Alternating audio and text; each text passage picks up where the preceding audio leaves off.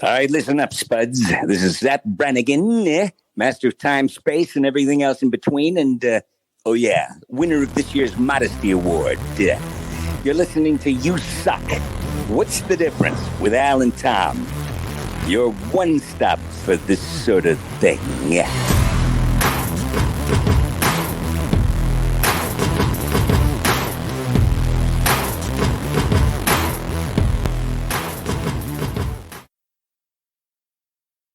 Hey guys, how's it going? Welcome to What's the Difference podcast. Of course, it's me, Alex Whiteley, and today I am joined. He's just walked off though, so I don't know. Tom isn't here today, and apparently neither is David. He's kind of just walked off. He will be here in a second though, David Raby.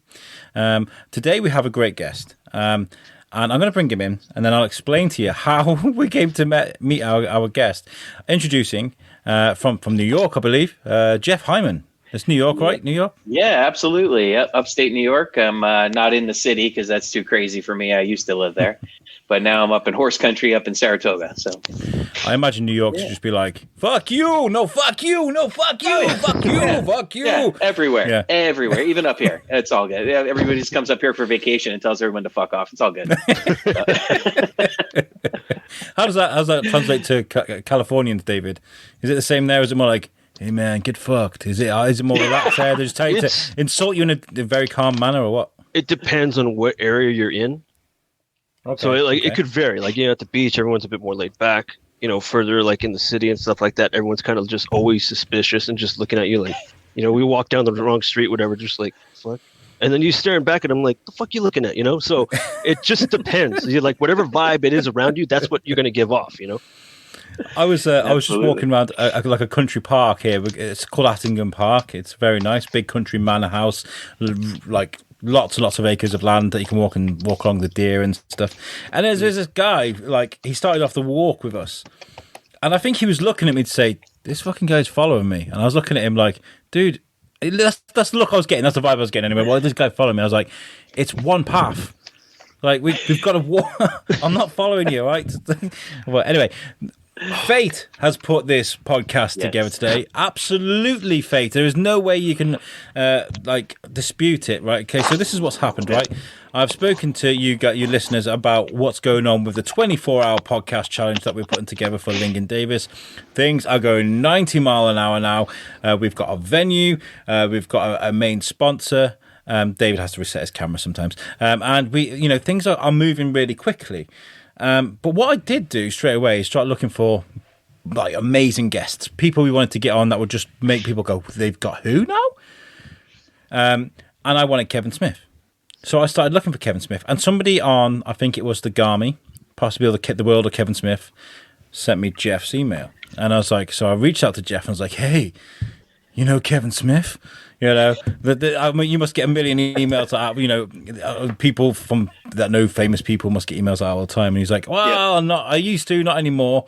But here's what I do now. And he sent me his email, Deggy Entertainment. And I looked at it and I was kind of like, this guy handles celebrities for events. I'm running an event.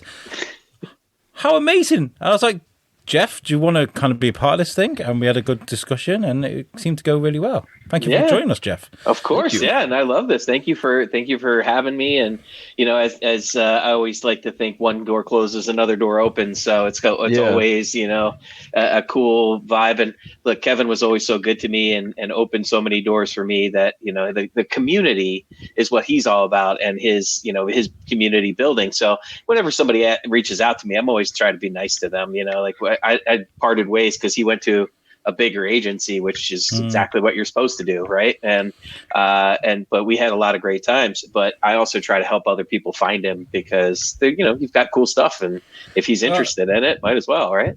Well, we're going to try. I think Tom, who would be here if he hadn't just worked a night shift, he was like, yeah, dude, I've got to do overtime this weekend. So I might come in and be a bit groggy. I was like, dude, sleep. We can get someone else. David's always down to clown with us. But he's been looking into it. We've got information for him now. We don't just want Kevin Smith. We've got 24 hours to fill, 24-hour long slots to fill. I hooked you up with a couple other friends of mine. I don't know if those have come through yet or anything, but I think they did come through. But good. I've sort of we've been discussing this in the group amongst both the USUK guys and the Shrewsbury Biscuit guys, the other show that's going to be part of this, is let's put the infrastructure in first. Let's get a venue. Let's make sure this is actually going to happen before we start sort of like, do you want to come on this thing? So this is what we've been doing. We've been working really well. It's just been meetings. It's been like phone calls, emails, back into, and finally this thing is gonna happen. We need a name for it and a logo. And Reach, Reach Media here in Shrewsbury are amazing at what they do. They build websites and logos, and they're a bit like Mad Men, but like on a bigger scale, you know. Right. Yeah. They're just smoking Lucky Strikes the whole time. Yeah. I was joking. I said, we should do this. Call it Pod 8. And he was like, that's not too bad. I was like, no. Don't Bob Gale off me. Don't do that. Like Bob Gale off Happy Mondays, pile of shit. Live 8, I worked great. at the remake of that. I worked at Live 8, and did you? I did the one in Philadelphia. I was a talent wrangler backstage. Oh wow! So a buddy of mine worked for the concert promoter in Philadelphia at the time, and I was living in Philly. And actually, I was between Philly and Baltimore, and moving around, and that it just happened. He's like, hey, I need people to help me wrangle bands that day. So I'm like, all right, who do you got? And he's like, I don't know, like Dave Matthews Band, Stevie Wonder. I'm like, I'm in, sure, why not? so it's like 05, and we get there and we had to do the day before and the day of the show because we do sound check and then got to get accustomed to the process. And you come in and you're getting all this backstage is the art museum is the backstage, and they've got trailers all around, and they're like, okay, here's who's going to be in this trailer park this time, and here's where press is, here's where catering is.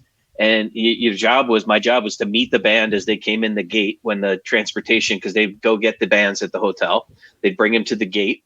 I got to meet them, get them in the golf carts and get them to their place where they are going to hang out for the day. And then we've got to take them to the stage when they're ready for their, ready for them to go on stage. And you're talking about a televised event around the world. So this is like, it's got to go like clockwork, no doubt. And so the first band goes on, I think it was Jars of Clay, and they're fine. And this whole time, my job was to take care of Dave Matthews Band and make sure they got there and they get into their dressing room. So they're all set and everything. And we're watching the other bands. Well, we've got radios and everybody's like, all right, Black Eyed Peas, you're getting ready for, it's like the second group. So my buddy, who is the other guy, one of the other talent wranglers, is in charge of getting Black Eyed Peas to the stage. Well, they're not answering their door, their trailer. And so he's banging on the door like, you got to go. Like, we need to get you to the stage. You got to go on. They're going to cut and the stage manager's bitching people out over the microphone. We're like, get these fuckers to stage. We're going to lose our feed. They're going to go to wherever, England or Spain or wherever the other ones were. Right. We're like, they're starting the feed in Philadelphia with the Black Eyed Peas. Like, we need them on stage. So where's Mr. I Am? Where is he? Mr. I Am? Mr. I Am was in there, smoking up, and but he bangs down the door, and like Fergie's there topless, and he just, and by this point we're all outside and trying to get everybody, like all of the rest of us trying to help him get in there, and he blasts in. He comes running out. He's like, okay, they're getting ready. You guys walk in and they're like, you're like, Fergie's like that with her tits. I had nice tits, but you got to be on stage. Yeah. That's pretty much what it is. Yeah, like thanks for that, but can you get your very nice? Stage? Yeah, it was very nice. That day was right. That day was amazing. I mean, it was one thing after another, and my Dave Matthews was like, okay, everybody, there's no walking to the stage. You got to get in the golf carts, and they're like, nope, we're walking. What the fuck? And we're like, come on, nobody makes it easy on you, but everybody made it. They did what they were supposed to do. I mean, we had a great time, got to meet lots of people. Rob Thomas, Matchbox 20, Stevie Wonder was really great. We all got to help Stevie Wonder because Stevie had like I don't know if it was a high school choir or just like a local church choir, but it was 50 people, 75 people in a choir, and we had to help get everybody to the stage for the song. I mean, it was just super cool, though. What a great experience that was. That's funny that Pod 8, why not? Sure. What a great way to start the show. I mean, you worked on Live 8. I remember that show. I remember all the videos there. All that stuff. Yeah. And one of the best shows, one of the best acts, I believe, actually, from from the UK version was the Kaiser Chiefs, because the great band Wilson, it was his name. God, the lead singer from Kaiser Chiefs. He climbed like this massive stage, huge stage. Obviously, this is around the world. He climbs right to the top of the rigging. And he's like, I predict a riot. I predict right from the top of the stage, and everyone's like, it's gonna fucking fall like in front of 1 billion people. I predict a short life for you. They'll be doing a concert fucking campaign for him next. Absolutely. I mean, you see it all. Dave Grohl broke his leg doing all kinds of crazy stuff. Wasn't he on stage when it happened? He's like, just fix me here. Yeah, put me in it. And then next he was on a throne for the next couple of shows. Yeah, big throne, his guitar hanging out. One genius. Let's go. Let's go back 3 weeks earlier. There's a Rick and Morty reference there, right there. 3 weeks earlier. I'm Pickle Rick. Sorry. I love that show so much. Where does Jeff begin? Where do you begin, and how do you end up in the line of work you do today? Wow, that is a great question. So, when I was in college, I decided to get involved in like programming events for my college. So I was bringing the bands to the college and booking stuff and doing films as well. So I kind of ended up being the film chair, who I got to like program all the film aspect of stuff and what people saw. At the same time doing music, comedy, running the board, and then I got out of college and I was like, I'm going to go work at a college. And then I went in grad school, like working at a college, and I was like, I don't want to work at a college anymore. And I was like, so then I got out of grad school and I chased my film dream of I got to a film distributor, and they do non-theatrical film distribution. So it was everything from, colleges and churches and organizations, like, your local group will show a movie outside and try to get, the community to come and pay $5 and it goes to the church, right? Or whatever it is. Or university has a film that just came out in the theaters. So it's a sub-theatrical genre. And so I did that. And then through that, I actually got to meet Kevin Smith because I rented, I think it was Chasing Amy at that point, to a university who said, hey, we've got this film director of this movie coming in. And at that point, I was already a fan of his. I had gone to see Clerks. Like, the company that I worked for was like, what do you think of this film? We're going to have you go watch it in a screening room in New York City with, 5 other people. Wow. And it was just, it was like they were deciding, it was the studio deciding whether they would cut a 16 millimeter print of this Clerks to distribute sub-theatrically. And they wanted mine and my boss's opinion and to see if it would work at the university level. And I was like, well, fuck, so yeah, of course. And I love this, whoever this guy is, he's amazing, And so then I started following Kevin. And then when the school said, hey, we're having the director come down. I was working at the film company. So I was like, sure, why not? I'll come meet him. I'm a fan. So I go meet him, and he introduces the movie, and he comes backstage, and we're sitting backstage during the movie. We'd all seen it already, but the students are watching it. So we have like an hour and a half, 2 hours to just shoot the shit and talk. And he starts talking about I was trying to help him.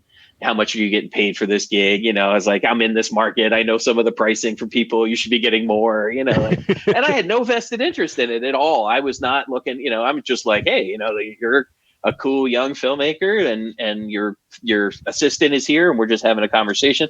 So a couple weeks later, they ended up calling me and talking to me about like Vulgarthon and how to get the rights to movies to Vulgarthon, because he didn't have the rights to his own movies. So, you've probably heard about all of that on his podcast and stuff, but so Miramax, so you have to just rent the public performance rights. And so he was talking to me about how do you do that and do all this. And so we kind of developed this little, working relationship, I guess you could call it. And then a few weeks after that, I was looking for a job. So I said, I went to work for a live agency, which we were like, I was booking static films, like, here, send a 16 millimeter print all around the country. And now I'm going to go work with people. So one of the first things I did was call him up and say, hey, now I'm working with people. You want an agent to do this for you? And he was like, all right. So at that point, it's like, it's Ming, it's Mosier, it's all the young guys, that are just coming and doing this. And he's doing everything with friends of his. Now he's also with, William Morris at the time for his films and his books. It's not like he's, doing all that on his own, but anything public appearances I started doing. So we ended up doing that. And 15 years, I ended up working with him through 2 agencies. Wow. So I brought him over from my past agency that I was with for 13 years, and he was with me that whole time. And then we came over here to Deggy, and we stayed in 2-3 years, and then full on to William Morris 360 for everything. So, but I think he does his podcast through Smodco and everything. Cause when we were working with him, then we started the Jay and Silent Bob Get Old podcast. I did Smodcast. I mean, I've got Live Nude Smod. I don't know if you ever heard about that tour. That was the first ever Smodcast tour. It was Live Nude Smod. We did 8 or 9 venues across the country, some in the upper mid Pacific Northwest, like Montana. We did San Francisco. I think we did York, Pennsylvania, Cleveland, and then I booked him in the UK. I've booked him in Australia. We did the Red State tour. So I personally booked all the venues for the Red State tour, including Madison Square Garden. And there's all the miscommunications about how he did that. And everybody thinks he just rented every venue across the country, but we rented 2. One was Madison Square Garden. One was a movie theater in Louisiana, because we lost our venue at Tulane a couple weeks before the show. So we had to we already had 400 some tickets sold. So I found a movie theater that had the right capacity, and we just rented the movie theater, and we were already sold out there. So, so it was pretty, I just used my relationships to go around the country and just do door deals with everybody at these large venues. So we had, 2,500 seats, 2,000 seats, where he would come in. We got sponsorships from some of the equipment. So we did this whole thing. This is huge, and nobody ever talks to me about this, so I love talking about it. That's cool. I'm enjoying it. We got some sponsors. The producer of the film, John Gordon, got some sponsorships with I can't remember the name of the projector manufacturer, and also the digital film. You have to send it on a server, so nobody can copy it, right? So when film first comes out in the theater, they can send it digitally, but it goes into a password protected server. And then when you're ready to show the movie, you have to enter the code, and it's protect. You can only enter it so many times, and then it doesn't show anymore, et cetera, et cetera. Mm-hmm. So we had that with the server with us, the digital server, as well as the projector, which was huge. Took 4 guys to carry it all the way up and so we had. And so we had to do that at 19 places all around the U.S. And we did a couple of legs, and we did it all by bus. Stuck everything under the bus and just took it around, including us. Right? I was all right, get in the cubby hole. Okay. Yeah. So then that was great. I mean, that really, really paid for itself. And we actually, it was funny because when we came out of Radio City, the first, I don't know for how long it lasted, but maybe for a year, we actually had the largest single grossing film, single screen. It was bigger than any movie that ever come out. It was the single highest single screen gross. But then, of course, every new Star Wars came out, every new Marvel movie came out, ever since then. He did something similar with Jay and Silent Bob Reboot, didn't he? Because even though it didn't make much internationally, per person, per seat, and per venue, it made more than the most biggest films. Blockbusters out of the time. Yeah. That's exactly the same model that he followed. When he was when we decided to do something like this, he called me up. I was in LA for another event. So he's like, while you're here, why don't you come over? I want to show you the film. So I was like, great. So he comes, I come over, he sits me down in his living room. He, puts these headphones on me, and he goes, watch. And I'm just there, and I'm of course I'm blasted out of my mind, but I'm watching this movie, and it was amazing. I was like, wow, this is absolutely fantastic. So then after the meeting, after I watched the movie, he pulls me into a meeting in his study, and he and John are there, and we're talking where, and I was like, well, where do you want to go with it? And he was like, I want to go here, here, here, here. And I was like, okay, we'll make that happen.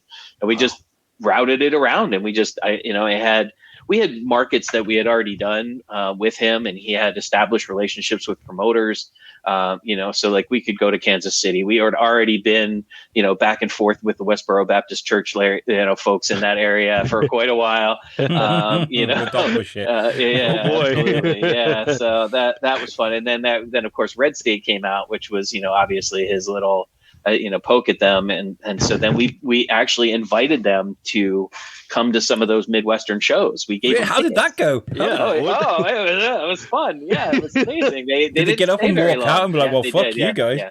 Yeah, they did, and one of them we had them up on the stage to do a Q&A, and one of them did a Q&A. Like there was one daughter that was like apparently a kind of at least a little bit conversational with Kevin through the social media stuff, and so we did a Q&A with that. But I would get phone calls. Hey, can we get 10 tickets for the family? I can't remember what the name of the family was, but.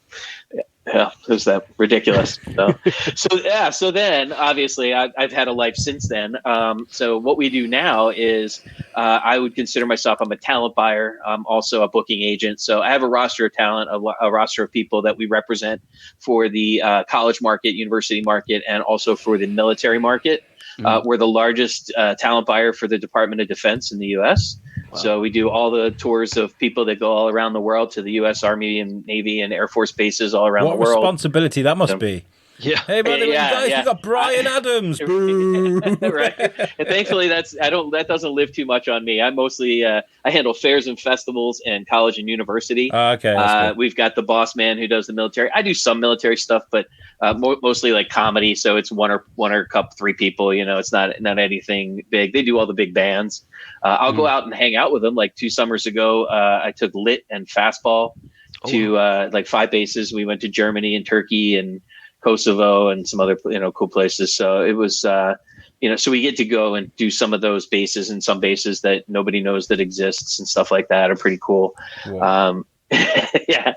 So but you entertain troops. I mean, like I send comedians out to Poland for Christmas, to try and keep the troops entertained. And it's amazing. It's a cool feeling when the service members are out there and they're just like, they're away from their families, I mean, my nephew's in the Army, he just joined, but I mean, I kind of think about him and I'll be like, wow, if he was away from his mom, my sister at Christmas, he'd be pretty bummed. He'd want some entertainment, and piece of home. Yeah, exactly. And and a lot of the stuff that we'll do is family friendly. So like it is made for the families that are on the base to come out and have things to do, as well as the individual single soldiers and sailors. But a lot of it's just under the MWR program, like the morale, welfare, and recreation stuff. So it really goes to boost the spirits and keep people away. I mean, I tell you what, some of them get to see better concerts than I ever did when I was younger.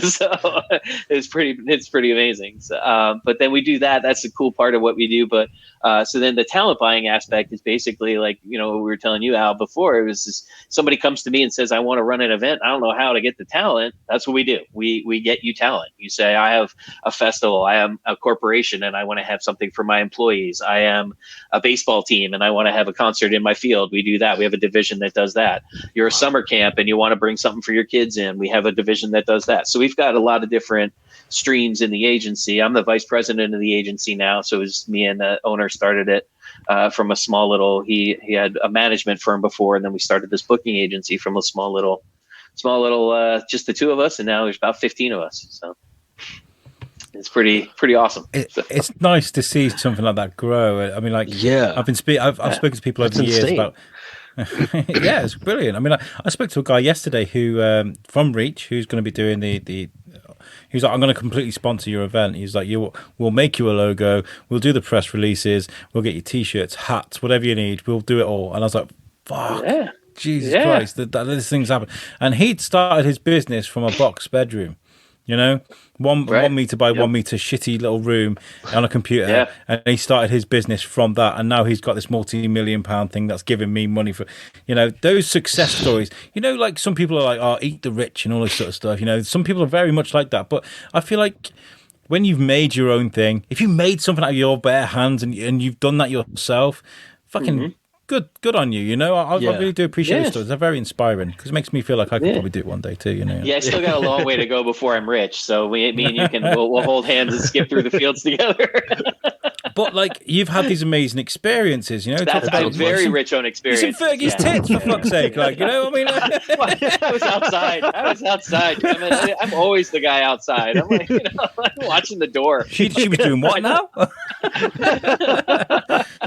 One of the questions I've written down here pictures? Was, what's that? Is it The Office where he's where she like, pulls the top down and he's like, yeah, don't do that, see you later.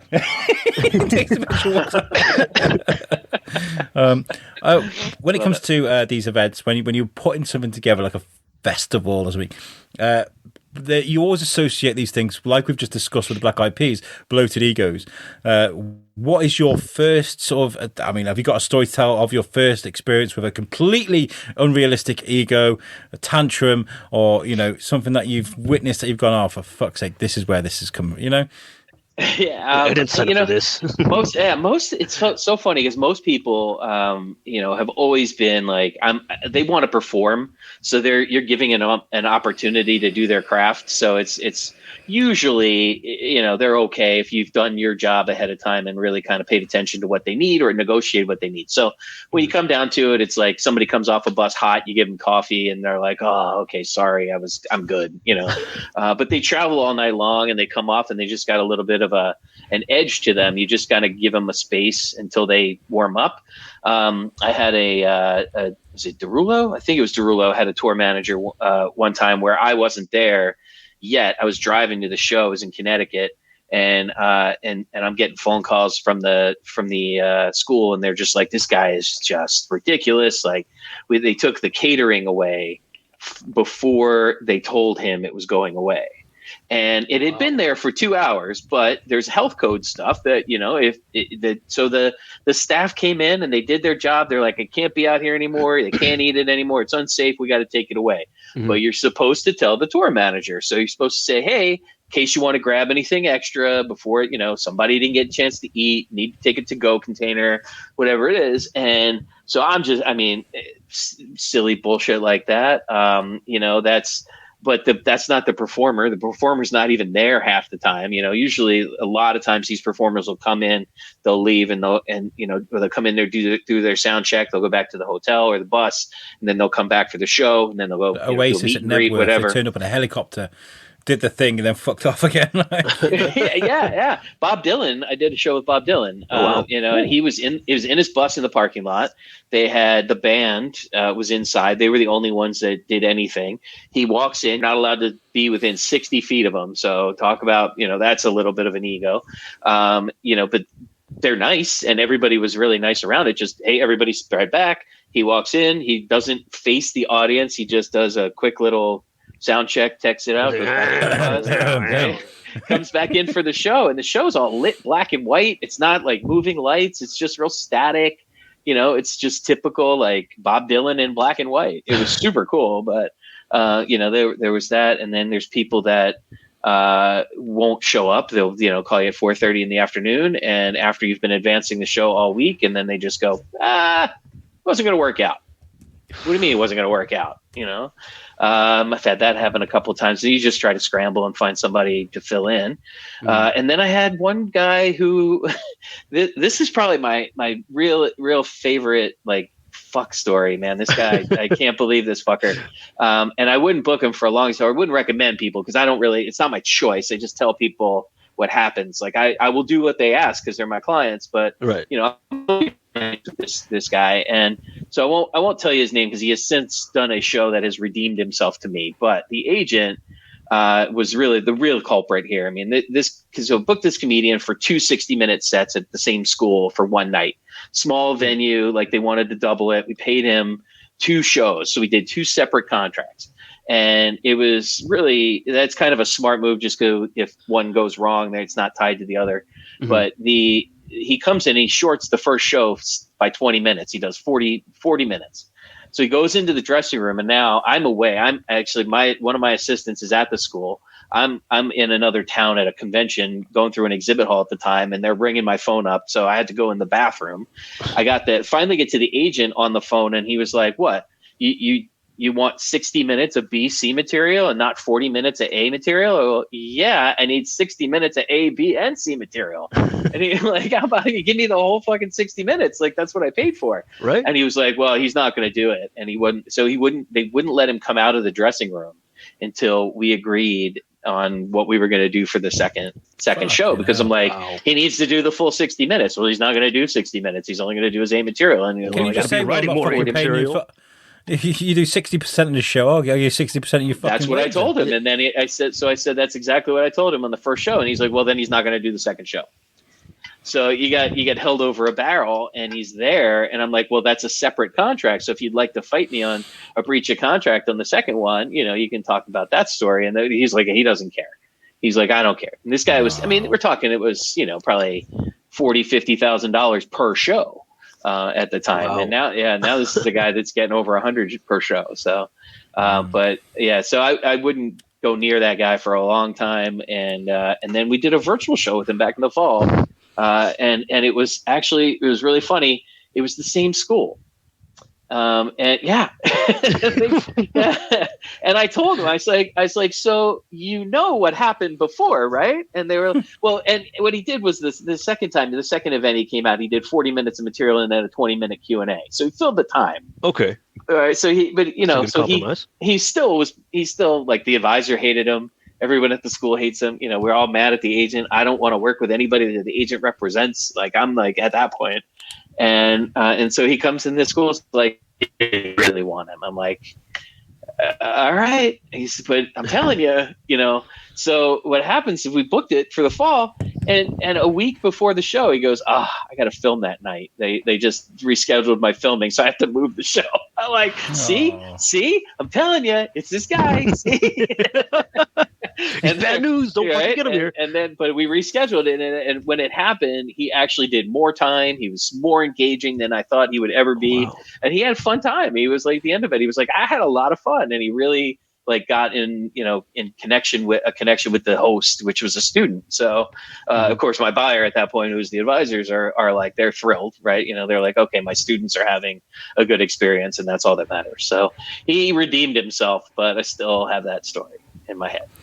So, wow. Yeah. I mean, it's just one of those things that you always think of, when you think about. I mean, okay, I'm going to read Grace Jones's rider out for you, and I want you to tell me if this is ridiculous or if this is like a normal rider. Okay. Okay. So this one's famous because people are like, what the fuck? She wants what?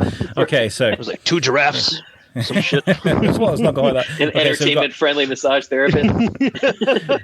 She wanted 6 bottles of Louis Roeder crystal champagne, 3 bottles of French vintage red wine, or Saint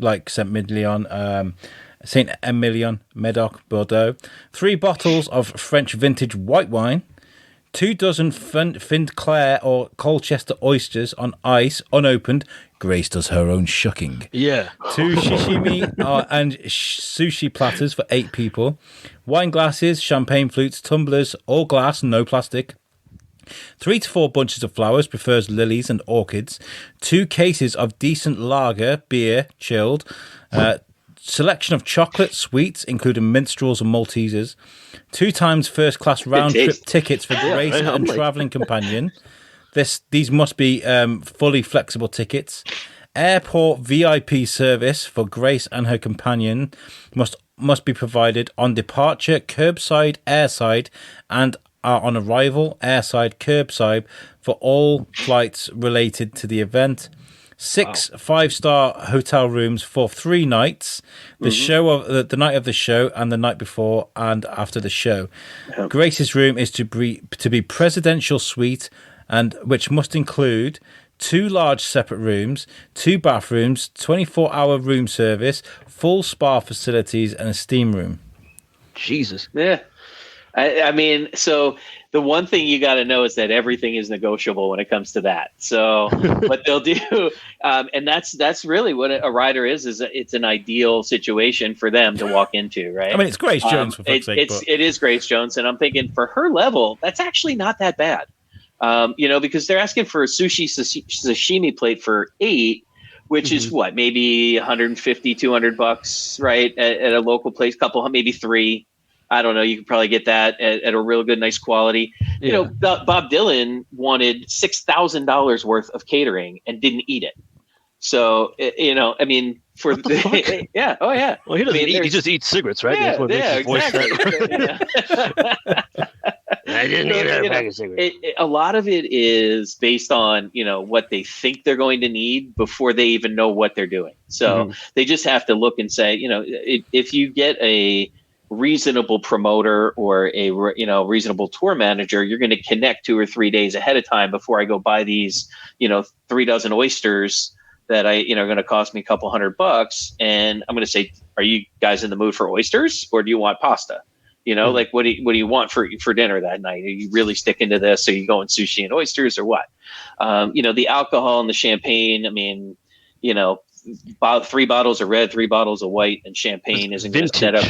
It's not going to set an arena back any really, because they're going to make that money back on F&B tenfold from her sales, right? So, for them, I mean, they got to look at what they're spending versus what they're getting back. The requirement for the suites and the requirement for the dropping off and picking up at curbside and things like that. Like I would always, as a promoter or as a buyer, we always put that back on the artist, and we'll just say, look, your fee's going to include all that shit. You take care of that. If that's what you want, that's great. But I'm not buying you any flexible air tickets, because I know from when I used to do that with Kevin, and we would book it a week ahead of time. And it would cost the person what a normal $1,000 ticket would be. It could cost the person $2,000. So, these are first class. They're, exchangeable completely. And then, the artist calls up on the day of the show and says, oh, I didn't want to get up at the 8 o'clock flight, and I knew there was a 10 a.m. flight, so I'm just going to take that one. And then they don't, so when it's their dime and it's their shit, go ahead and do that. Don't cause me anxiety. Just tell me that you're going to be here by my time. If you tell me that you're not going to be here by my time, then we've got problems. Like, why didn't you get your ass up at 8 a.m.? I've had a couple of people do that, where, well, they're just going to get the tour manager to sound check and they'll be here by 8 p.m. We had 2 chains at one school, and his daughter went to the hospital one morning. On a Saturday morning, right? And he was supposed to be there Saturday afternoon for the sound check. The show was at 9 o'clock, and they had a real hard out at 10 o'clock, a noise ordinance. Like if that volume is not shut down at 10.00.000000, you're getting fined.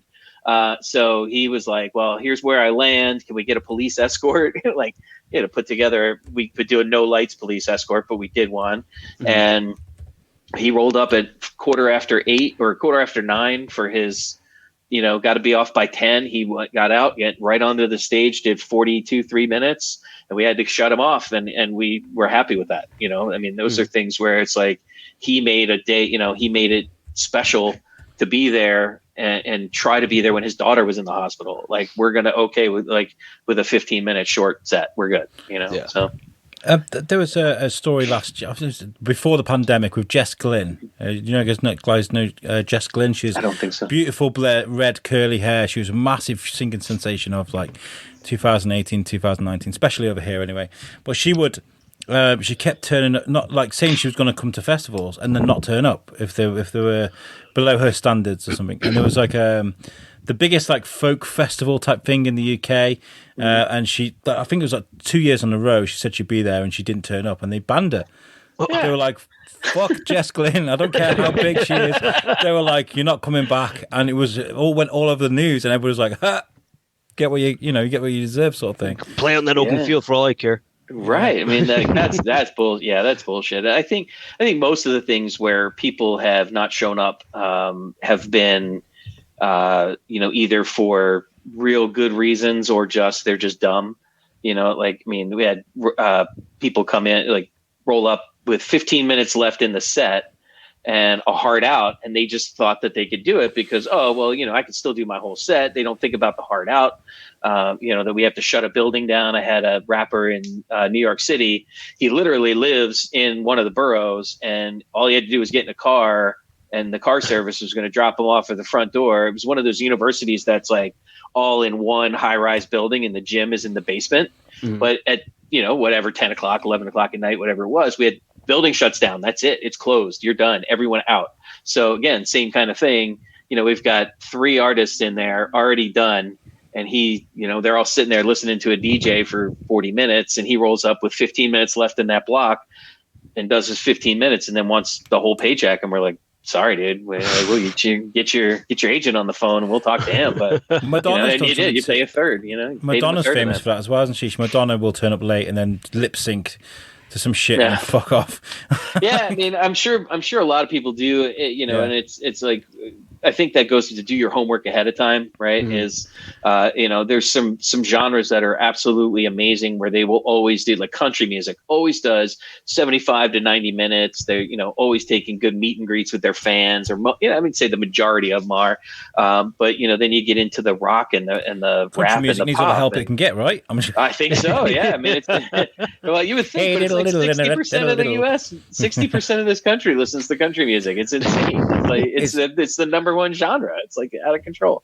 I mean, rap is second, but you've got with rap and with rock, like they just haven't learned to tell stories, or they go too fast. Or I mean, rappers are all their stuff is 2 minutes anyway, or they stop it and they tell the DJ to go pew, pew, pew, or gunshots or whatever that is. Boom, boom, boom. Police sirens.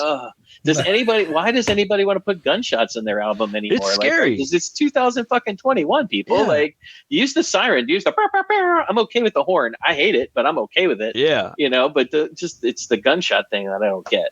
That scares me. I mean, I live here in Santa Ana. I'm like, there's gunshots everywhere. I don't know if it's a fucking song or like real gunshots going off. Like, I was at a festival. Nobody barks down a microphone anymore since DMX died. I was at this Firefly festival a couple years ago with Eminem, and they have warnings that say trigger warnings on the screen. That's if you're gonna offended by loud gunshot noises or anything like that, there will be some during the show. So just a heads up. This is not a safe place. Yeah. I mean, and it was right after all that Vegas shit. So they got to let everybody know that. I mean, especially it's especially at festivals. Like, there's no place at a festival for that kind of noise from the stage, because you've got speakers, and I mean, they blow miles. You can hear the shit. Like, and you say you live in Santa Ana, like you're thinking, what is that? Oh, that's just Eminem down the he's just 3 miles blocks away. Yeah, right. Yeah, I'm like, you get up close to those speakers, it's just like blasting through your fucking soul. Yeah. You're like, oh fuck. Yeah, you be sonically assaulted. Yeah. One of the greatest things I ever saw at a festival was at V Festival, and Vodafone had a tent just off the stage, and you could text them, and they would display your text on the screen in between bands and stuff, right? So everybody's milling around, smoking whatever, drinking, waiting for the next band to come on, and these texts were coming up. Where do I buy drugs? Some people were taking pictures, some people, all sorts of stuff, and then the best thing I ever saw was, I am gently jerking off behind you. And everybody's just like... the best text I've ever seen. It was amazing. That's awesome. Everybody unanimously turns around like, the entire venue just goes right over their shoulder. Where is it? So the other thing I did, we probably did it at the V Festival, was we do the Headphone Disco, the silent discos. Really? So we also book those, and the brand that we book is Headphone Disco, which is the number one brand in the UK. Amazing it's experience. It's been at Creamfields. They did the 25,000 headphones at Creamfields. I mean, we do Firefly. We do a bunch of the Insomniac stuff, like all the Beyond Wonderland and stuff like that out in California. I went to an Oktoberfest here in Shrewsbury a couple of years ago, and there was a silent festival there. A silent disco, and it's the first time I've ever done it, and it's amazing, right? Because these headphones come with different lights, and different lights are a different genre. So you've got like your dubstep or stuff is in red, and your casual music's in green, like full on trance, fucking hardcore dance music's on like whatever. And so like when say I don't know, fucking Gangnam Style's on, and it just breaks Whoop'em Gangnam Style, and you're listening to something else, you can literally take your headphones off, and everybody's just like going crazy. And while there's some people listening to like a soft bit, and then they're dancing slow. It's insane. It's so brilliant. Absolutely. Yeah, we do 1,000 people right in the woods, and I mean, it just depends on the venue or where. The atmosphere is just as much a part of that event as the DJs, but you got 3 DJs going on, and you can do 3 different types of music. It's amazing. It's awesome. So you were talking about festivals, and I was like, oh, I gotta see this. Yeah, I love stuff like that.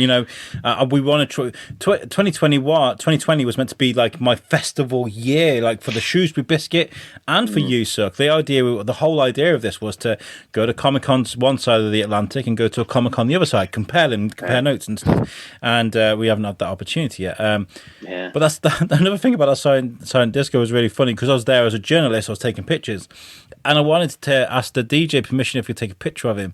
So I was walking up, I had my headphones on and stuff, so I was walking up to him, I took my headphones off, and I went, Excuse me, excuse me, mate. Would you mind? Because obviously it's silent. There's no music, and usually the DJ. And he's like, "Yeah, all right, mate." I was like, "Can I take a picture of you?" He's like, "Yeah, it's fine. Yeah, thank you." Yeah, Cheers. yeah, it's so easy. Yeah, you just So walk surreal. up and say hi. Yeah, take your headphones off, and it's great. When you're working with festivals and things, what's the sort of biggest events that you work with, and the ones that you are memorable for you? Obviously, I think from the Headphone Disco side of things, we've got Firefly and Beyond Wonderland, and those are really cool because you just get to meet so many great different people, and you see all the tokens, and you see all the costumes, and you see everybody, and they're all rolling or they're high or whatever. And it's just you want to take care of them, you want to give them a good time. Here's some water. Yeah, exactly, right. Here's some water. Go dance. Sit down in the corner. But I think those that's kind of what I love going to festivals. So that when I go, it gives me like this better feeling. But some of the ones that I work where I buy the talent for, because that's just me doing the Headphone Disco. But I've got Flow Ride at Third Eye Blind coming up for 2 nights in the beginning of June. Cool. And like that one is a really nice 20 some year. It's been going on for like 25, 26 years. And that's a really cool festival to just see everybody from that town. They bring their families. They do it every year. It's a tradition for them. Those kind of cool, like the one we do in Des Moines is Des Moines Arts Festival. And it's the same kind of thing. There's artists that are there every year, and there's cool art, and there's families, and they build a Habitat for Humanity house. And, I feel those community festivals and those kind of things really kind of like fill my cup a little bit. But from a soul, like a soul building kind of thing, it's those major ones, like that really, I've been to Bonnaroo's. I've got, all this stuff back up here on the wall, all these posters of Bonnaroo and everything like that. But I think because I see so many one-off shows from work that it has to be this festival vibe for me to really like get jazzed about it. It just really fills that cup. I love it. So. I feel like festivals, Comic-Cons and things that are going to be coming back this year, they're not going to need any help with marketing at all whatsoever. They announced that Reading Festival is going to be back. Turn the sign open. Everyone shows up. Yeah, exactly.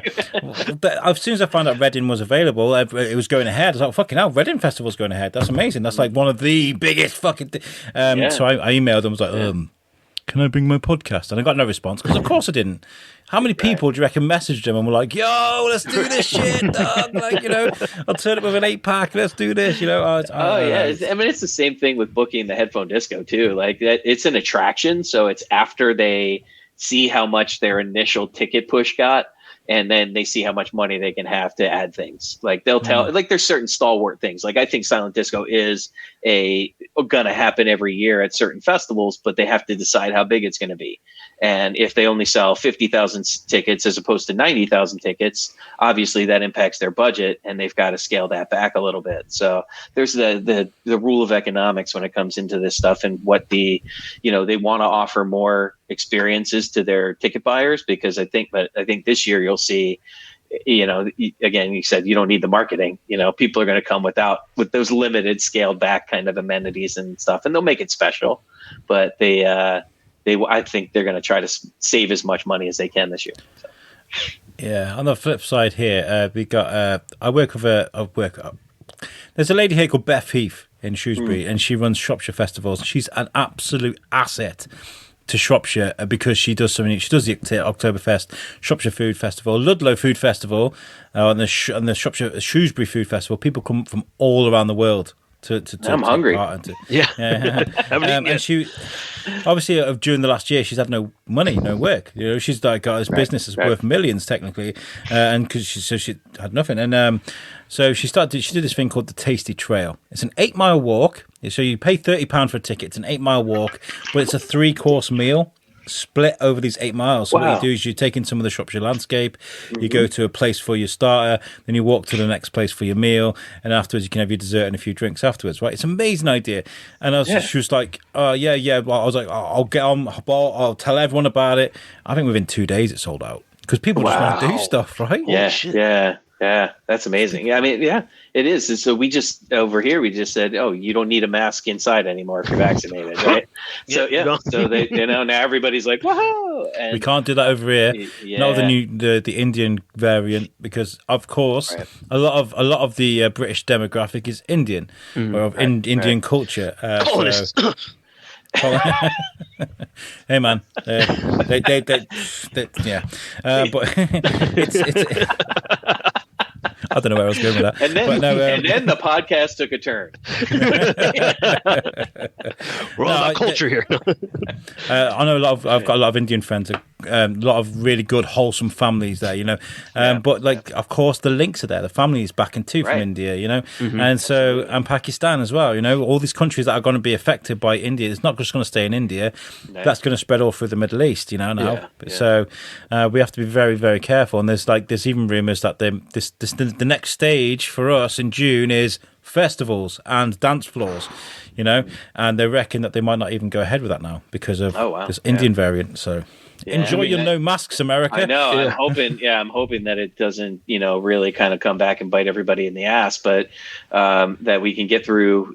I think some of the bigger things are going to start to happen in June, but realistically, nobody's big touring until July. So that big, massive touring and the major festivals. I mean, Bonnaroo, Firefly, Coachella's not gone. Lollapalooza, those will happen in August and September, and there's some other bigger ones that are coming out in September and into ACL in October. But that's those are my one festival's in Texas. I think we're going to have it. They just emailed me saying they're going to go back to, we were at a limited capacity, and now because they reduced the masks, now they're at full capacity again. So I think, I mean, it's outdoors. A lot of these things that are outdoors, you can do that. We still have the socially distant things in place. Like they took a whole parking lot that was a carnival at one point and for every year, and now it's just tables and a big LED screen. So you may have more ticket options, more people that can come, but they're still spread out. Yeah. So it's you just got to take the precautions. But I think that if everything goes the way that it's supposed to be going, here in New York, we have 50% of the state that's got one shot in them already, 60% with two. So if we can start to go that way, I mean, they opened up for us. Broadway is going to start to open up or be able to open up. As long as vaccinated. That is great news. That is great news. And we've got a pass on our phone that you can actually get it's a QR code that once you're vaccinated, there's bars in town in Albany here that are like only vaccinated. If you have your Excelsior pass, you can come in.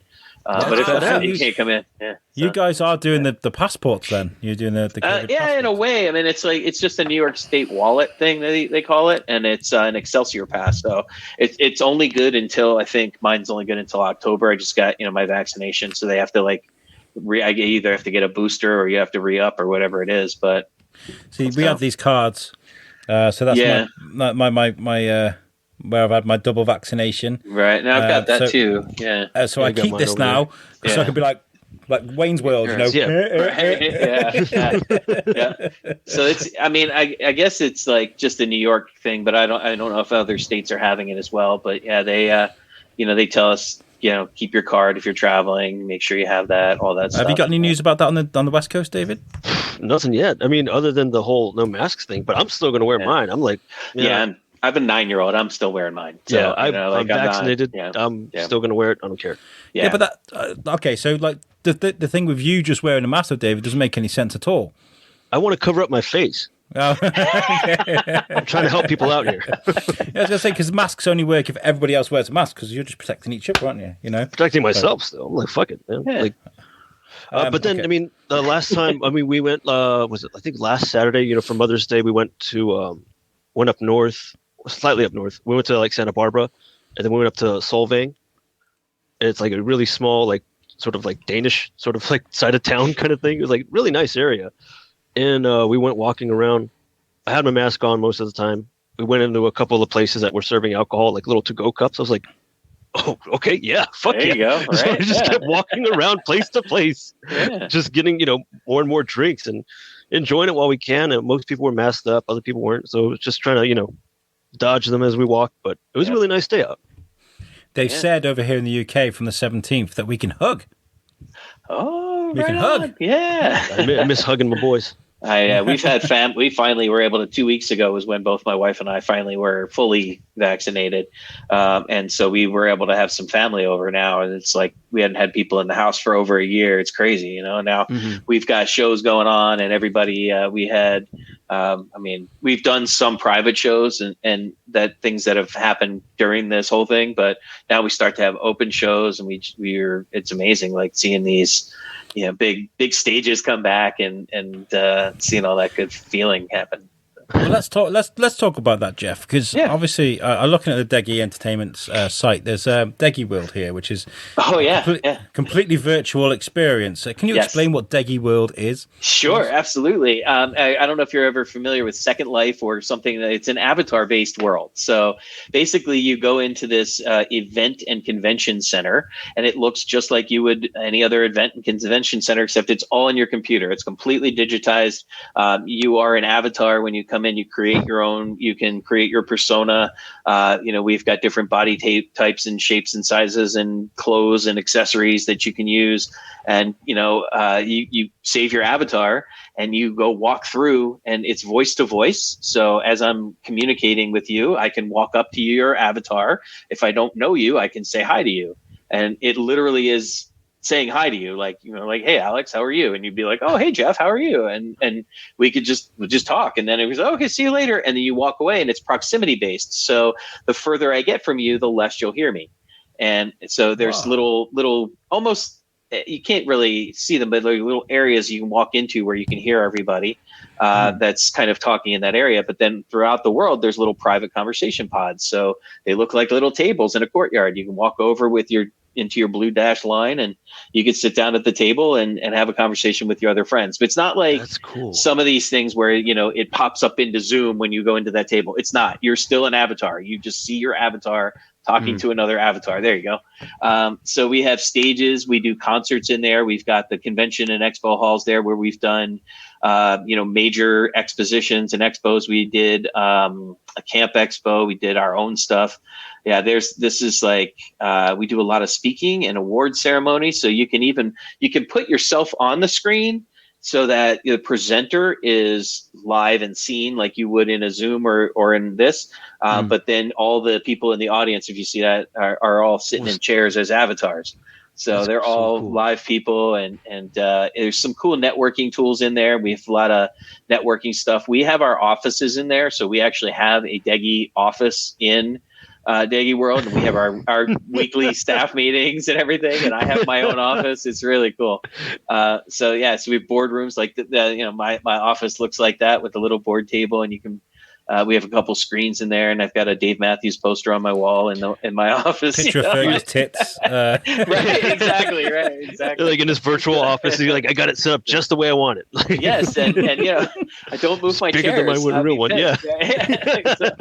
But all the rooms have different setups that you can do and different sizes. So there's like a performance hall, there's lecture halls, there's ballrooms, there's classrooms, there's boats, and you can take boat rides, and your avatar can get in a boat, and you use all your arrow keys to control it all. And you just hit your up arrow key in the boat, and you drive your boat with your side arrow keys. You turn to the left and the right. There's we have a lighthouse you can go up to. We can put fireworks on at the end of the night and have fireworks at the end of your event. That's really cool. The stages, we do live entertainment. So like we actually had, I don't know if you're familiar with American Idol, but Chris Allen is one of our guys that's on our roster, and one of our schools had booked him for an event in there. So he did a concert in there. But we have a lot of other people that do concerts in there too. So. I really like the expo halls, like Comic-Con, because this would work great for say like the 20. Say we had something like this running with a 24-hour long podcast, and you had like local businesses all scattered about, and you had stalls, and you can go and visit their websites and take a look at their, what they've got to sell and stuff. Yeah, that's absolutely. a really good idea. Yeah, really absolutely. Good. And that's, the screens that are in those booths, you can click on the banner of the booth, and it can take you to an external website. You can click on the podium, and it can take you to that. You can watch a video on that video screen, or have a Google slide presentation that rolls through. If there's usually, somebody in the booth from that organization talking, if it's a video, could well, I don't want to interrupt you while you're watching my video. So we just tell them to put slides on there instead of a video. But if you don't want to be there and you want to promote your business, you put a video, you walk into the booth, the video automatically starts for me. So I don't even have to push any buttons. It just shows me what product is in there. It's really cool. Would this work for, can you stream this on like social media and stuff? Can you like have like a convention go in and be like, click here to join, or sort of thing? It's a downloadable software. So you do actually have to download the software to your computer to be able to go into it. It's not just being able to go to a website or anything. But if I were to want to share it as I was going through an event, I can to a small number of people. It's not often that computers can handle both running the software and running something like a StreamYard or I have a MacBook and it does just fine. But, you want to make sure it's not just every Joe's computer. You don't want to stream. You don't want to rely on streaming that event because it's just like the personal experience. It's the, you want to go to that convention. So you can say you can say if you'd like to join now, here's the link. You click on the link, it'll send you the software immediately. And then it takes maybe 10, 15 minutes to download it and then you're in. So you can do that. That's easy. Yeah. So. The reason I ask is because we've been trying to set up a Mortal Kombat sort of tournament. It sounds daft, right? But like it's really difficult with sort of streaming things like that from a console. I know you can do it very easily from a PC. It's very easy to do that. Yeah. I have had an idea, David. I don't know. You can tell me if I'm being unrealistic or not. Say we have a $5 buy-in for this tournament, right? Mm-hmm. And we put half the money that people buy in towards a winning prize. You can win the money, and the other half to Lincoln Davis for the 24-hour podcast challenge. I like that idea. What would the prize be, though? So the half, so like say cash. Say here's 24, the money. Say 24 people buy in. Yeah. Half of the money of those 24 people will go into a kitty. That's your prize. The one who wins that money. The other half will go to Lincoln Davis. So even though they bought in for $5, they could win, quite a bit. Yeah. I like that idea. There you go. That's a really good idea. We've got to make it work, though, probably. There you go. I also work with, esports streaming company. If you need any help with that, they do esports streaming for. Jeff, I love you. I love you very much. This is fate. This is fate. Absolutely. You had to be on there, man. Absolutely. My brother does that too. My brother is a commentator. It's like esports racing. Yeah. He's a caster. Yeah. Yeah, he does. They do. I've forgotten what it's called now, but he does the commentating. It's gone massive. That's great. And I was like, I remember watching him from the very beginning, and I was like, oh my god, this is going to be so cringy. Like, oh my god, he's going to be like, oh, he's coming round the corner. But he was actually really good. So I was very impressed with him. So shout out to Sam. So what are you working on at the moment, Jeff? Obviously, you've got some festivals coming up that you're going to be busy. Yeah. Is it going to be a shock to the system after being like over 2020? I guess it's been a little bit more relaxed. Now it's going to be like 90 miles an hour. Let's go. Here's that craziness again.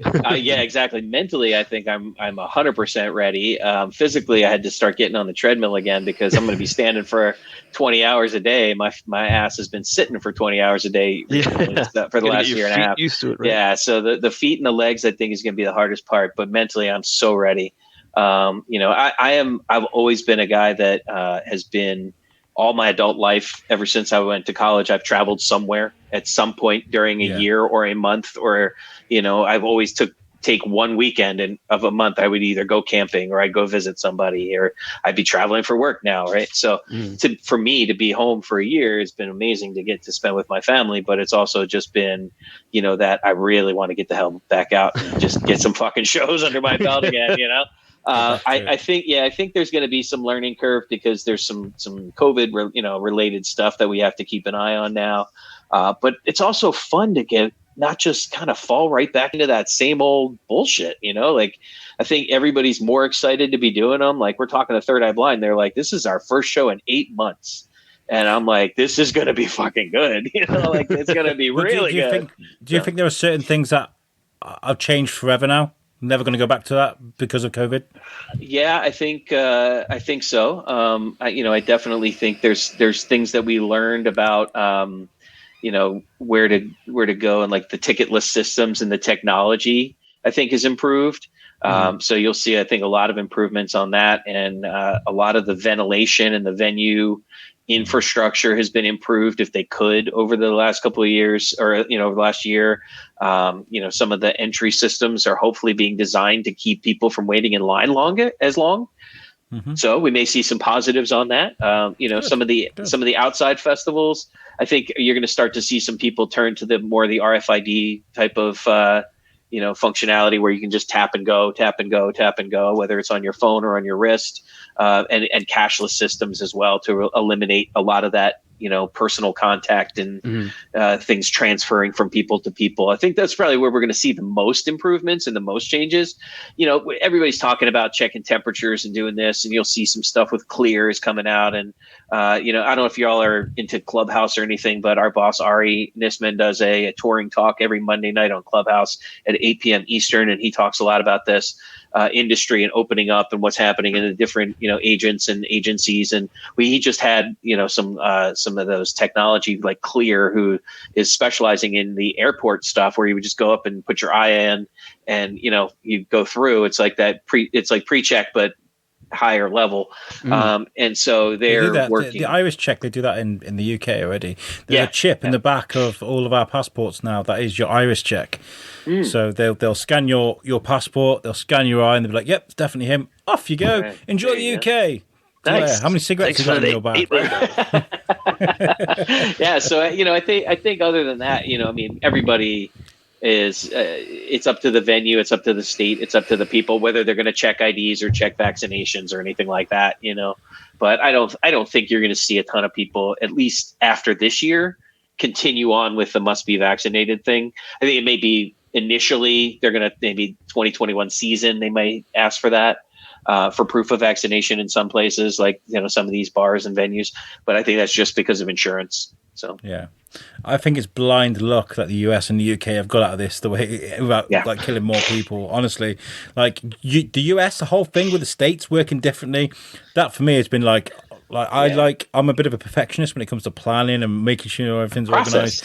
Yeah. So like when like you got like down south, like fuck those face masks and all that shit. Like we got to party together. What a gangbang, whereas like you guys up north are kind of like, no, we're going to be a bit more conservative. And then over here in the UK, like Boris they haven't learned a lesson. Like they took too long to close the borders, right? So they had plenty of opportunity to close the borders. They closed them finally, and now we got this Indian variant. And Boris is like, we're going to open up the borders so you can go abroad and they can come over here too. Like, hasn't learned his lesson. It's just no, just stop. No, we should have handled it a lot better, but we didn't. It's like fuck, man. Yeah. But everybody's trying to please everybody. It's the only sure way to fail, right? Right. So. Well, Jeff, we are definitely going to keep in touch because we've got this thing in September that I'm very proud to be working with you. I'm very proud of how we've come across each other. That sounds wrong. I know. How we've met each other. How we've met each other, because it was genuinely blind fate that brought us together. Absolutely. This is so much fun. We can make something. We can work together with so much. Genuinely, like even not just with a 24 podcast challenge. We can help each other. I can promote your guests. You can bring them on the show. There we go. Help each other out somehow. Yeah, absolutely. But we're very interested in talking about people behind the scenes, the people that actually make this shit happen. Peter Abramson was the guy that built the animatronics for dinosaurs and things like that. The people like that really do make stuff we love speaking to. Like you, Jeff. You're the guy running around making sure you can drag Mr. Will.i.am away from his bomb to the stage on time, I knew if I just talked about Fergie's tits once, it was going to be... I didn't mention it. But yeah, Jeff, where can people find you? Well, you can get me at Deggy Entertainment. It's DEGY.com. That's our website. And, my email's just there, jeff@deggy.com. So it's easy if you want to reach out. But that's probably the best way. And, I'm always happy to say hi and always looking for other opportunities. Yeah, absolutely. And, I know a lot of people around. So, I always just tell everybody, use me as a resource. Even if I can't help you, I'll try to put you in touch with somebody that is good that can help you. So. That's very nice. Amazing. David, have you got any questions before we get out of here? Well, we're going to go to the later lounge, but before Jeff goes, you got any questions? I was going to ask you, what was like the strangest list for a rider that you've come across? Wow, strangest list for. I mean, most of them have been pretty pared down. We do see some furniture and flower requests and things like that, but we've had some. Massage friendly or entertainment friendly massage therapy. So that has been on quite a few of them. Wow. There was own personal doctor was Tim McGraw wanted his own personal physician on site, and we negotiated that out to just like a list of people. But like certain things like that, just there's some people that specific travel arrangements, and the car must be 70 degrees at so and so. Here's money. Go take care of yourself. Again, like we try to eliminate all that bullshit, so we don't see those as much as the ones that are just rolling up and the door of the Sprinter opens up and the big cloud of smoke comes out. That's pretty much what we get. So at that point, I bet it must make life so much easier. So you got all these problems. Don't worry, I have worked with Kanye West before. I know how to do this. It's fine. We're good. There's no issue here. Yep. I need a rubber band, a garbage bag, and 40 reams of paper. Can you do that? And some lime seed, a shovel, some rope. Does anyone have access to a big fire? You've been an amazing guest. I'd love to get you back on again when the world opens again, and you are like at the tail end of this festival season you're about to go into. I'd love to speak to you and say about 6 months' time. Let's get you back on and be like, "Well, so how was it?" And you could be like, absolutely, yeah. Come back and debrief us. Tell us. Be like, man, I've got hair now. Holy shit! Just so stressful. What we're going to do now, what we tend to do is we say goodbye to our guests. We go into our later lounge. Me and David are going to just kind of sort of geek out about movies and stuff. Awesome. Everybody, Jeff Hyman, thank you so much for joining us. Appreciate you. My pleasure. Thank you, gentlemen, and good luck with the rest of your day and evening. Have a good weekend, everybody. Good luck with everything you've got going on, and good luck with the company and the next few months, and the years and shit with all the festivals and any events you guys got going on coming up. I'll let you know if I'm on crutches by week 2. Just keep those feet moving. Exactly, right? I have to see if my clothes fit, my show clothes. Everything I had was in black, and it's supposed to make me look slimming. But if you can't get into it, it can't make you look at it. Doesn't work. Sweatpants. No one's going to notice. There you go. In that's 90 one of my degree goals. Texas weather, I'll be wearing sweatpants. So Reach were like, oh yeah, we're going to get you in the papers and the radio. We're going to do as much as we can. I was like, fuck, I'm going to have to lose some weight. Oh, awesome. Well, gentlemen, have a great weekend. Thanks again for having me. You too. Appreciate you, Jeff. All right. See you later. Bye. Bye. Right, David, let's slip on over to the later lounge. Let's do this.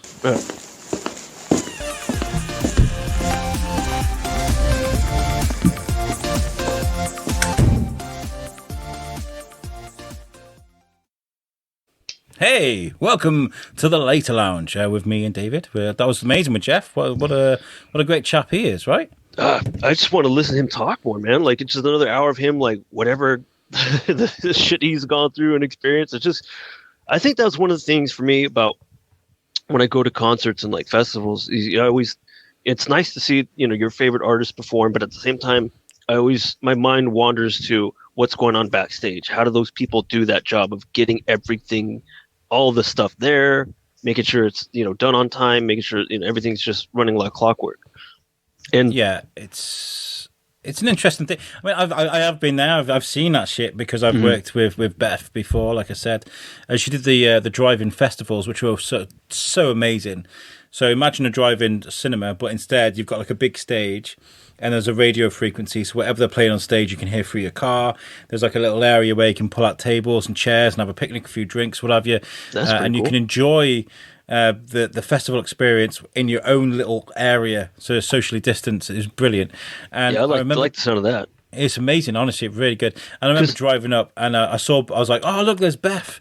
Let's go and say hello." And she's on a Segway, like literally on a Segway, and she's like booting it across the field. And I was kind of like, "Yeah, we're not going to speak to her today. Like, she's so busy." I think that idea with the whole car thing is nice because I mean that's what I usually do before any concert or festival. I just pregame in the car. We're just sitting there listening to music, drinking in the car. Like, okay, you feeling good and buzzed? Okay, now let's go in there and spend shit ton of money on alcohol. Well, that's it, isn't it? I really enjoyed it. I mean, best thing to do is get Cass to drive so I can have a few beers.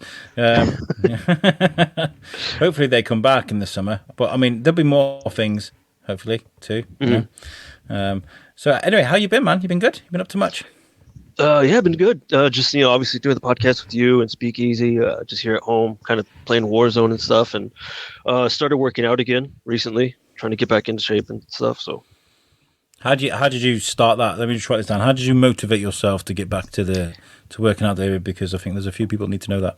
I actually bought for the first time in my life like actual proper like sort of running shoes, like training shoes kind of shit. Really? Yeah, I bought that. I bought like workout sort of clothes, like pants. I got like 2 packs of those, just the bundle of the 4 black shirts and shit like that, some workout gloves. I was like, okay, I bought this stuff. Now I have to. I'm not gonna let my money go to waste. I gotta fucking use it, That's it, isn't it? Right. So you don't want to feel guilty because you spent money on this equipment and it's sat there in the back of your car, like I did. I bought a yoga mat from Home Bargains. I was like, I'm going to do some yoga because I was speaking to somebody that does yoga for a living. I was like, right, I'm going to do this. I'm inspired. Bought a yoga mat. Never left my car. It's still in there. It's probably melted by now. Yeah. Yeah. It's just really not necessarily trying to push myself too hard. I've been like a year just fucking on my ass eating. Like last year, I'm like, okay, that was last year. Let's start moving. So I'm not too fussed about, I got to do this much in a day. As long as I'm doing something.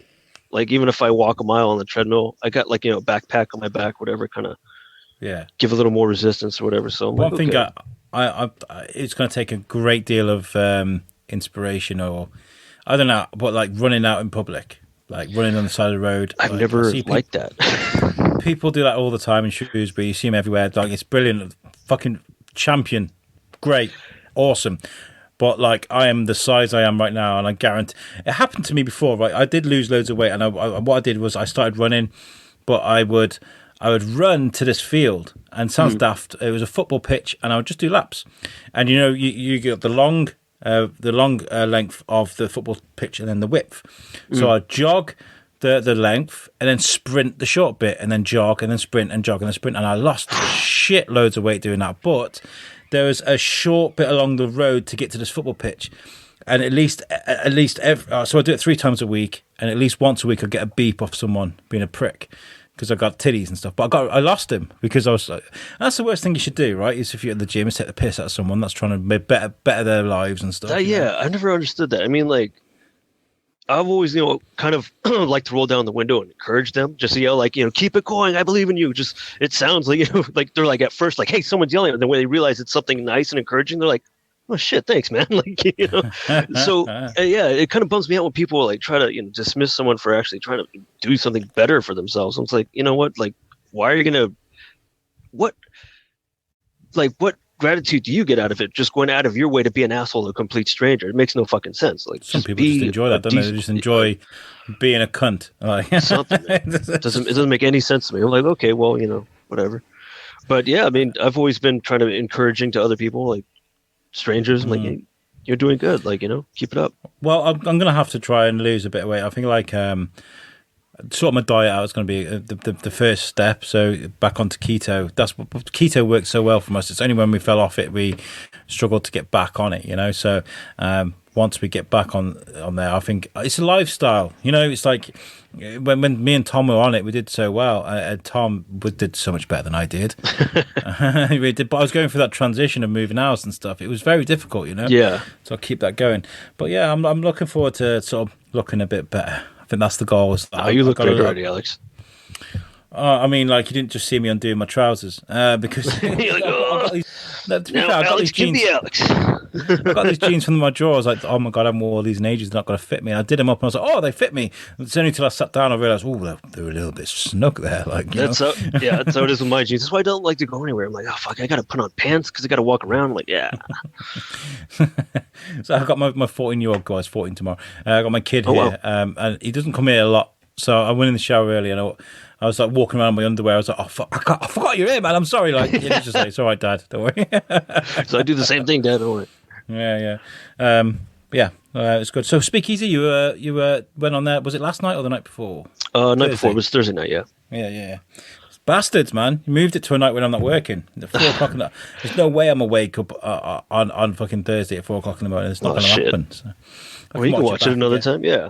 But I mean, that was the only real sort of day that we all kind of agreed on, and it was like kind of worked well for Josh's schedule for like because what he's got going on. It's like it's a weird, he works these days this week, and the next week he's got a crazy busy job. He's got I didn't realize what he actually did, and he's like a GM at Walmart, isn't he? So he's like that's a good job to have. Like, I mean, pays well, but you got to work hard for it, Yeah, he's got a pretty stable life now. So I'm like, I'm really happy for him. But obviously he wants to do the podcast. We do too, and so we just have to like figure it out. As the weeks go by, or we just really try to focus on like, okay, what days are we available for them? We might have to switch it up, and we just try to let everyone know ahead of time if we have to. Which is, I mean, it's good though that you can sort of work that around. I mean, today I kind of ordered Bruno to stay off today because he was kind of like, I've got to do overtime, so I'll be doing a night shift. I'll be fucked. But I'm like, nah, man, you got to spend some time with your family, get some rest, because there's more to life. Exactly. I mean, it's good to do it when you're feeling good. It's bad to do it when you're feeling bad. People love Bruno, but like I wanted to look after his health, because I'm the one that's supposed to do the running around and the stress and stuff, which I have been. But it's all for a good cause. I mean, today I've had to sort of take a break from everything because this week it's been still done to tell you about the worst fucking day I had, which was Thursday. It's just crazy stupid, right? So I'm under the belief that I have. Okay, I've written it down here because I read it out on Naughty Talk. So I mistakenly booked a Zoom interview for the Friday, but it wasn't meant to be on the Friday. It was on the Thursday, which is the day it was. And this lady's like, Alex, I've been waiting here for the link for Zoom, and it's not appeared. And I was like, oh, shit. I was like, I'm so sorry. I've put it for Friday instead of Thursday. Oh, my God. And she was like, don't worry about it. It's fine. We can do it tomorrow. But I was like, oh, my God, look a dickhead now. I was like, I'm really sorry, but I've got an interview at Reach at like 12, so I can't even do it today. She was like, it's okay, we'll do it tomorrow. So I'm packing my stuff to go to Reach. And I like to use this stand I've got here. Yeah. I wanted to use a lesser mic and let the guests have the big, sexy mics, right? So I'm trying to sort things out, and the mics come with these little brass spinners, right? Mm-hmm. So you spin it on and it makes the hole smaller so you can screw it back on. And I couldn't get these fucking brass things off the fucking mic stands. I had pliers out and all sorts. They'd cut the seized on. So I was stressing about this thing. I was like, I've got to go in a bit. And I go to my charger to get my batteries that I've been charging all day for my H6 Zoom. And you forgot to charge them. I'll put it on decharge, so you can charge your batteries, but you can also take the charge out of them if you want to go on a plane, I guess. I don't know. What the fuck? So I had left my batteries, and they'd been sucking the charge out of them. So I panicked, and I was like, I got half an hour to charge these fucking batteries, so I flipped them on, and I'm rushing around, packing my bag, put everything together, and I'm like, yes, okay, fine, fuck it. Okay, so we got the interview booked for tomorrow. That's fine, that's been sorted. I'm about to go to Reach. Let's just let them know I'm on my way. Right, so we pull up my emails. The Reach interview was for the next day. So you were stressing about it the day before. Yeah. Well, at least and I'd just blown this girl off to do this interview. And then what does she see on Instagram the next day? I'm at Reach today, so it looks like I've just flipped her off for no. The worst day ever. See, like, I appreciate your work ethic, Alex. You're doing such an amazing and incredible job, and I just feel sometimes that you're biting off a bit more than you can chew, and I worry about that. Especially with this 24-hour thing, because it's a huge part. I didn't realize how big it was going to be. It's getting bigger now. It is. Yeah, and so that's what I'm kind of worried about. It's like, okay, well, I don't know. I'll try to help with the slack or with the shows or something, like. Yeah, it's fine. I just want you guys to turn up and have a good time. I mean, the guys have been amazing. Like Bruno, David. I love having you here as just David. Just turn up and have some fun with us, right? That's what we like, because you're here as a favour to us, we asked you just to sit in from now and again, and you've been on every single show, sometimes 2 a week for the last fucking 2-3 months. Yeah, sometimes 2, sometimes 3. So that's what we want you to do. But TS, Jamie, and Bruno, they've all been like hammering emails. Jamie today has been messaging, trying to get guests. Mm-hmm. TS was like, "What can I do?" I was like, "We want donations for for the 24-hour podcast. We had a professional auctioneer from Halls in Shrewsbury, very posh auction house. Wow, it's been there. Proper, like, the Halls got a hugely brilliant... Sold for £500. Yeah. He got in touch with me. I didn't get in touch with him. Really? Like, I want to be part of this thing. And I was like, wow. Yes, please. Damn, so word around the campfire is getting big, man. I'm telling you. So, yes, if you, like, Alex, if you need to, man, like, you just need like a single day off where you don't do anything. You need to relax. Don't think about it. Just, one single fucking day a week where you just relax. Next weekend, I think. No, not next weekend, because I'm at prison. Yeah, see? So this is my week, though. I work Sunday night, right? Monday night, Tuesday night, which leaves me ending on a Wednesday. So Wednesday, what I tend to do is before I go to bed is I'll sit and I'll write a few emails. Thursdays and Fridays are my days to do biscuit interviews. I'm going to a guy, he's called the street allotment guy. So he makes allotments out on the street and stuff. So he makes vegetables and stuff. It's really cool. But I'm going out on location. I'm taking my things and we're going to go stand in his greenhouse and do an interview. Yeah. And then the day before I've got blood tests and things because I've got like a lump in my arm. So I want to get that checked and stuff, It's not your muscle underneath that? No, it's really funny. I went to the doctors. And I was like, I've got this thing on my arm, and 2017 or something, I got it checked, and it's the size of a normal M&M. Now it's the size of a peanut. No, it's bigger than a peanut M&M. It's like a fucking peach stone now. It's huge. And he goes to me, you've put some weight on, Mr. Whiteley, so it's probably gone up with your weight. I was like, fuck you! He's like, but we'll get it checked anyway, so that's what I'm doing on Thursday. I like building things. I just like building things. I just hope it works. And you're building this, entire USUK network out of, from the ground up, kind of thing. And it's coming along, Alex. It's going to happen. That dreams, we're like right on that fucking doorstep of this becoming a bigger reality than it is, Well, we hope so. That's what we're aiming for. And I'm proud to be around you guys to do it. I'm really looking forward and happy for this whole charity thing, man. This 24-hour podcast thing. I'm really looking forward to that. Yeah, I think what we better do is bring up the graphic and actually explain to me. If you're watching this for the first time and you're not aware of what we're doing, here it is. This is the 24-hour podcast challenge. We are going to come up with a proper name for it. We're going to meet up with Reach and do a discovery meeting, and they're going to brand us and give us a logo and an identity and stuff. But yes, from the 9th, from 9 a.m. on the 29th of September till 9 a.m. on the 30th of September, I'm going to be doing a 24-hour live podcast. I'm just going to start from 9 a.m. on StreamYard, and it's not going to stop until 9 a.m. the next day. And we're doing this with the Shrewsbury Biscuit and with USUK, all in order to raise money for Lingen Davis, which is a cancer fund. This ends on International Podcast Day, which is why I'm doing it. Perfect. And the guys in LA from International Podcast Day are aware of what we're doing. They're very excited, and they want to come on and feature. They want to speak to us. So they're going to come on and talk to us about why. Go drive to LA and be like, "Hey guys." Yeah. It's going to be good. But the way we're going to set it up, though, is we're going to do 12 hours of the biscuit between 9 a.m. and 9 p.m. and then 12 hours of USUK between 9 p.m. and 9 a.m. So, over here, we have Red Nose Day. It's like a comic relief. So what they do is they have fun. So they sell these red noses. They have a day-long sort of TV that's all Red Nose Day orientated, and they raise money for people that need the money more, and so, but what they do at the nighttime, they sort of dim the lights a bit, and they get the old panel shows, and they're a little bit raunchy and a bit sweary and stuff, and that's what USUK's going to be, basically. Yeah. So yeah, we're after 12 1-hour-long guests for the biscuit and 12 hour-long guests for USUK. So that's what we're working on right now. So then I'll take that 9 p.m. to 9 a.m. shift. That last 12 hours. So come on for the USUK.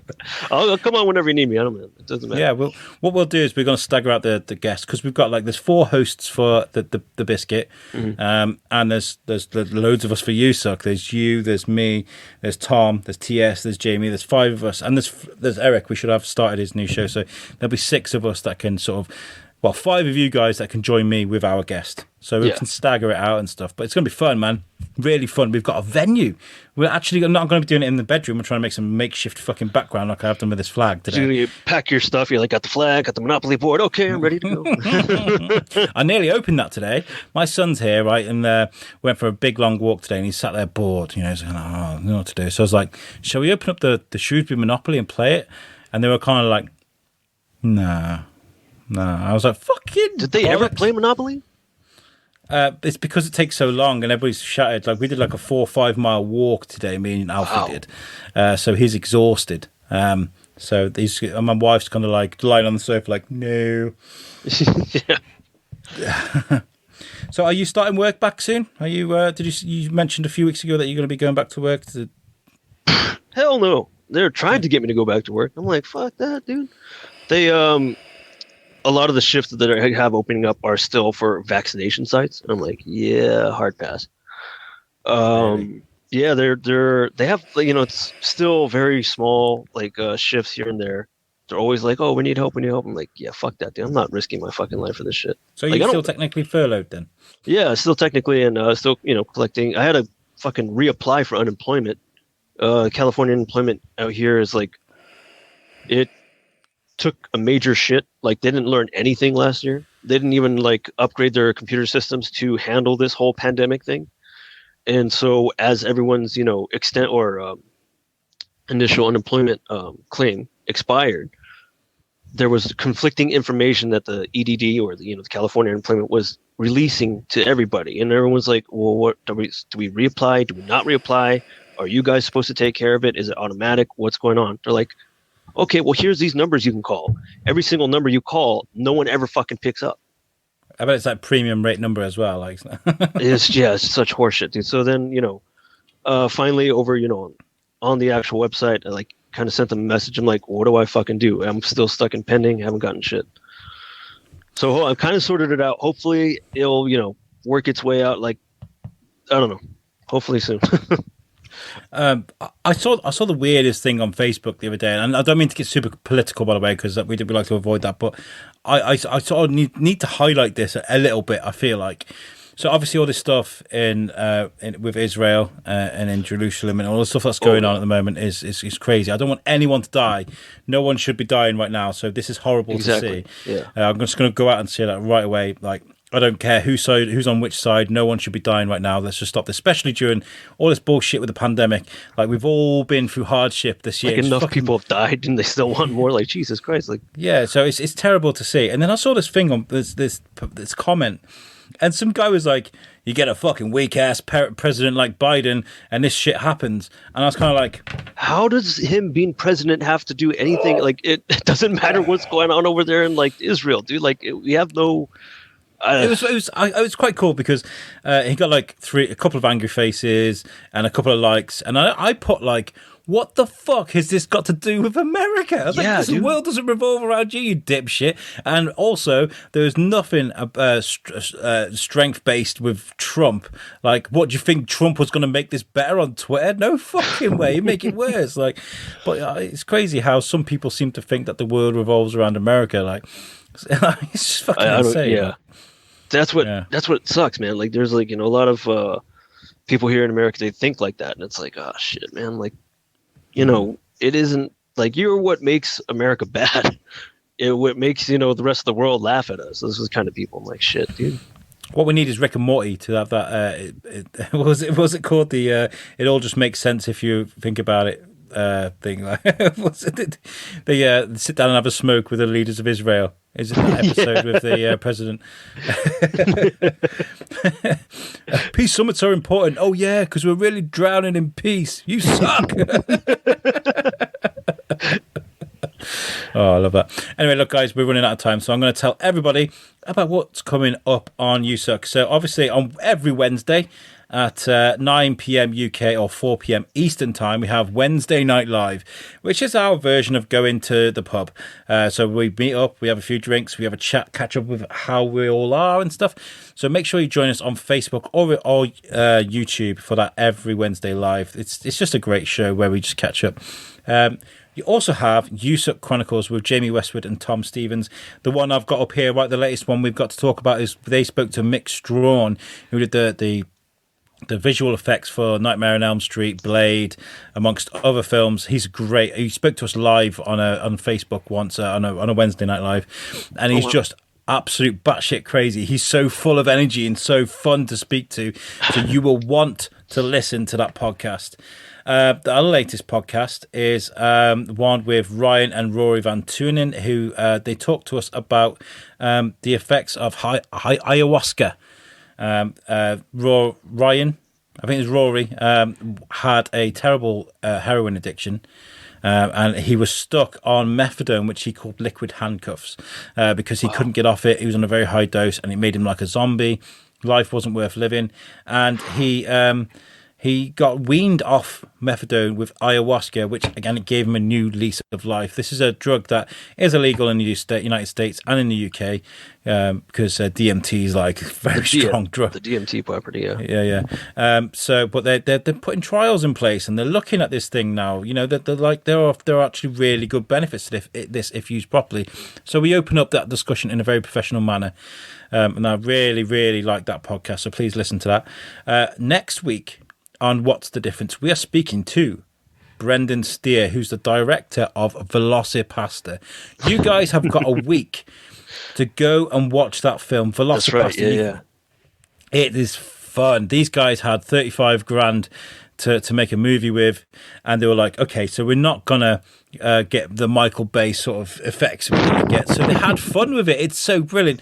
It's about a pastor that turns into a velociraptor because he gets bit by this magic fucking dinosaur, and instead of them fighting like Jurassic Park level dinosaurs, it's guys dressed in dinosaur suits, and like they go outside the church and the car explodes. But what they do is really brilliant. They play the noise of the explosion, but over the car they have the text, literally insert VFX, insert VFX. And they have the sound of the explosion and the camera shaking and stuff. It's fucking brilliant. They use like their imagination properly to make a really dumb but brilliantly dumb movie. It's not like Wiseau made The Room and he thought it was going to be brilliant, and it was shit by mistake type thing. Mm-hmm. They made a terrible movie, but there's fun with it, you know? Yeah, they did it on purpose kind of thing. Yeah, so Brendan Steer will be speaking to us. We have a new podcast coming up soon where me and Eric are meeting up later to talk about the finer details. It's called Yelling at Clouds. It's based on... Old Man Yelling at Clouds? Yeah. And it's going to be so much fun. I am just going to sit with Eric. You know, hi, Eric, how are you? He'll be like, okay. And I'll be like, go. And I'm going to sit back like this, and I'm just going to let Eric go for an hour. It's going to be so funny. If you know Eric Filuga, if you've heard him talk and stuff, you will know how good that's going to be. Yeah, we've got lots coming up. I think I only heard his voice that time he was on with you and Ore. Yeah. And I could just hear how animated he was. I was like, damn, I can't wait to see this guy on the actual podcast. Do you think he sounds like Mark Hamill? He really does sound like Mark Hamill when he talks normally. I don't remember, because I just remember him doing like all these voices and stuff. I was like, holy shit. He's fantastic. He's so talented. You can find everything that we are involved with at our website, which is usuknetwork.com, powered by our friends at Web Orchard. If you need a website, make sure you go and check them out, because they've built a website for me at USUK, the Biscuit, and I'm also going to be speaking to them hopefully about the website for the 24-hour podcast challenge. And if finally, before we get out of here, if you do want to help with this 24-hour podcast challenge, we are after all sorts. This is what we're after.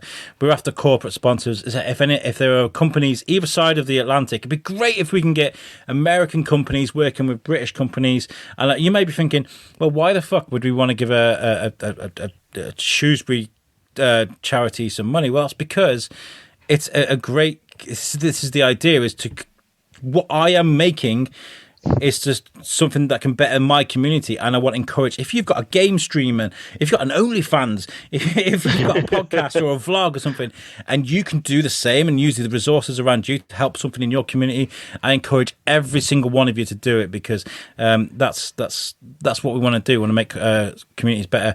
We want donations for 2 live auctions. We're going to do one for the biscuit side of things and one for the USUK side of things. We want hourly sponsors. We're going to sell sponsors. So at the bottom of the screen here, if you can see on YouTube, there are rooms for sponsors. So if you want to buy an hour's of sponsor, this hour is brought to you by David Raby. The prices start at a minimum of £50 for the hour. So we worked out that if we sold 24 hours at £50, that's £1,600. How much is that in American real monies? That's probably about $2,000. You know, that's just in sponsorships alone, you know, so, and that's a minimum as well. So if you want to chuck $150 in there, like, you know, do that instead. And we're also after guests. You can if you want to get in contact with me at usuknetwork.com or the shrewsburybiscuitpodcast.co.uk, please get in touch. I know I've rambled. I've done a lot of we're doing this, but it's really important for you guys to know what's going on. We're doing lots. Like you said, man, we built this network without nothing, and we're doing all this shit. You built it. I was just drinking, and you're like, hey, what are you doing? I'm like, nothing, just drinking. You're like, come on the show. I'm like, okay. We built this city of rock and roll. Yeah, we did. David, have you got anything to add before we get out of here? Not much, man. Just the usual, you know, catch Speakeasy on Thursday nights at around 8 p.m. on YouTube. You know, obviously the shows that we do with, you know, USUK and everything else that I do with you guys. We love you, David. We wouldn't have it. I love you too, man. Right, okay, let's get the fuck out of here. Thank you so much for joining us, guys. Make sure you join us next week, and everything else what we're doing. We will catch you next week. Peace. See you guys. There we go. Hi, this is Ickis from RL Monsters, and I would like very much to ask you, if you don't mind, to watch the USUK Network with Tom, Bruno, and Alex. Wait,